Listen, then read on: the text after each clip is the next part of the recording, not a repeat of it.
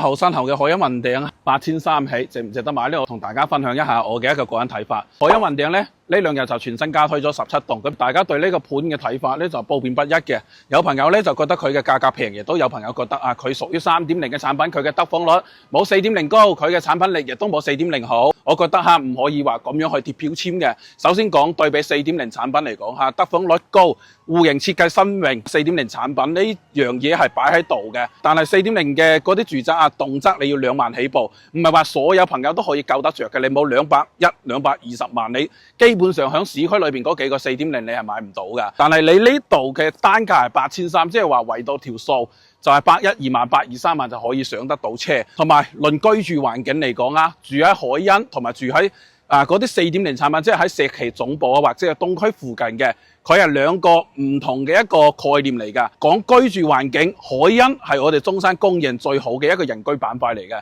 無論係佢周邊嘅山脈空氣同埋佢嘅人民環境，誇張咁樣講句我哋中山往後30年都未必可以複製出第二個海欣嘅呢種生活圈呢個係一個不可複製嘅一個外部嘅居住生活資源嚟嘅，唔係話做一個新規嘅產品，你戶型做得靚，或者你產品嘅定位高端，你就可以直接對標碾壓得到嘅。所以我哋買房一定要搞清楚自己嘅定位，唔係話3.0嘅產品就唔可以買，亦都唔係話4.0嘅產品喺市場上就係 very good。產品嘅本身係冇絕對嘅好壞，只有適唔適合你而家嘅預算同埋需求。咁講翻起佢17棟本身先，我今朝早上咧亦都去樣板房15樓睇過嘅，我分享一下我嘅個人感受嚇。第一咧就係戶型。佢嘅127方咧係做咗3+1房嘅，佢3間客房同埋主人房都係南向嘅，同埋入戶嗰個位置咧，佢係有一個結構連板，等於係有4房得房率係超過100%嘅，仲有一個南向嘅大陽台。咁響廚房隔離咧，亦都有一個小陽台，整體嗰個戶型嘅格局，我覺得係非常之 OK。同埋佢嘅主人房係做咗南北對流嘅。咁143方咧，佢係一個客廳同埋餐廳都係南北對流嘅雙陽台嘅戶型啦。另外仲有一點就係佢嘅主人房都係好似127方咁樣做南北對流嘅。兩個戶型共同嘅特點就係得房率可以做到100%。響3.0嘅嗰種舊規產品裏邊係可以做得100%嘅一個產品咧，響我哋中山真係冇幾個盤可以做得到嘅。咁第二講佢呢個17棟嘅位置係點樣呢？17棟咧佢係屬於呢個小區嘅頭排位置出入係比較方便，因為佢樓下就有一個出入口。喺嗰個位置咧，出入隔離嘅雅湖居淘金街返學去對面嘅海欣三欣又或者上南外環亦都係非常之方便嘅仲有呢一棟咧，佢嘅車庫係做咗星空頂嘅，展示面亦都係比較高分。第三咧就係佢嘅景觀17棟呢個位置晚間喺15樓呢一棟咧佢前邊係有一個山體公園嘅，但係15樓嗰個位置佢已經係高過嗰個山體公園㗎啦，係可以睇得到對面嘅三欣學校、海欣帆燈隔離雅湖居。呢棟樓咧總高係39層嘅，所以我建議想要一個好嘅景觀嘅，超過15樓或者係超過10樓以上先高過嗰個山體公園先。但係如果你想要睇更開闊嘅景觀，比如睇到奧斯湖或者再高少少睇晒成個海欣甚至係遠少少嘅長江水庫咧，建議揀20樓或者25樓以上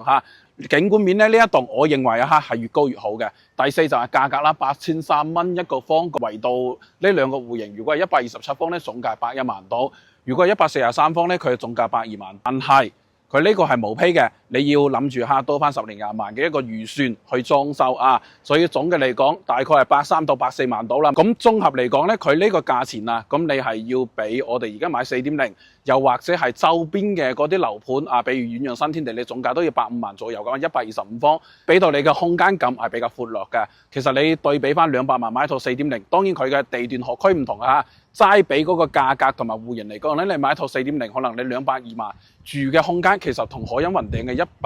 143方係差唔多㗎。當然啦，我哋而家講到佢好多嘅亮點但係佢亦都有啲不足嘅地方，我喺度分享一下。第一咧就係佢嘅收樓時間，佢收樓時間咧係27年嘅年底嘅，所以嘅話我哋加埋裝修，你起碼要等1.5到2年嘅時間先可以入住得到。第二咧就係如果你係買10樓以下嘅，可能價格會平啲，但係佢前邊係有一個山體公園嘅，啱先都講景觀面係有一定嘅影響嘅，所以我建議大家盡量揀翻10樓以上，20樓以上嘅視野係會好好多。第三就係物業方面嚇。雅居樂講句真啊，呢幾年喺市場上嘅風聲都係一般般嘅，但係海欣呢邊咧整體嘅環境同埋定位一直都係做得唔錯嘅。雅居樂呢間物業公司可以參考一下佢隔離嘅繁登啊、雅湖半島啊，或者係海欣天譽啊等等咧，其實佢嘅物業管理整體嘅水平仲係有保障嘅，所以大家就唔需要太糾結。仲有就係關於呢個開發商嘅問題，我知道大家都好顧慮嚇，但係我哋而家睇到嘅佢17棟開賣嘅，佢係攞咗預售。第二個佢係已經全部封咗頂㗎啦，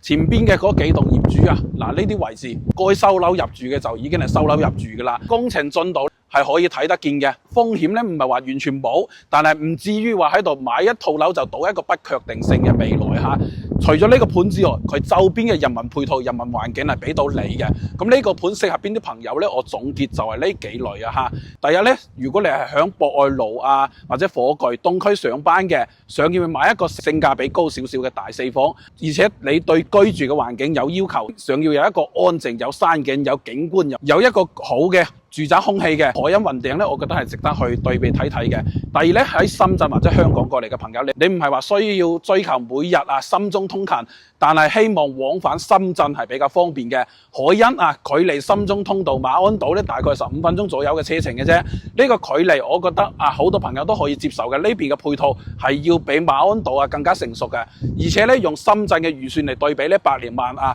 可能喺深圳買間單間都未必買得到。呢度俾到你嘅一套大4房啊嚇。第三，對收樓時間唔係咁急嘅朋友可以接受下，出年年底即係27年年底先收樓嘅，或者係想要買一個毛坯自己裝修嘅咧，呢度亦都可以考慮一下。但係如果你係比較急住入住，海欣雲頂咧可能就唔係咁適合啦。我建議就睇翻出去博愛7路，類似遠洋新天地啊，或者係澳豐天譽啊等等呢啲盤嚇。不過咧嗰邊嗰啲戶型係冇海欣雲頂咁大嘅。海欣雲頂呢個板塊同埋博愛7路上東新天地嗰個位置係各有側重點嘅，睇你自己係更加在意空間定係更加在意收樓嘅時間嚇。咁如果大家想要去睇實地樣板貨，可以提前約阿豪。去睇之前呢，有幾樣嘢我可以先幫你做好功課嘅。你而家想睇嘅呢個戶型底價大概係點樣一個範圍？有邊啲庫存？而家嘅樓層景觀係最好嘅，性價比最高嘅，以及喺呢個板塊對比遠洋新天地、博愛路嗰幾個樓盤，又或者對比4.0住宅馬鞍島板塊，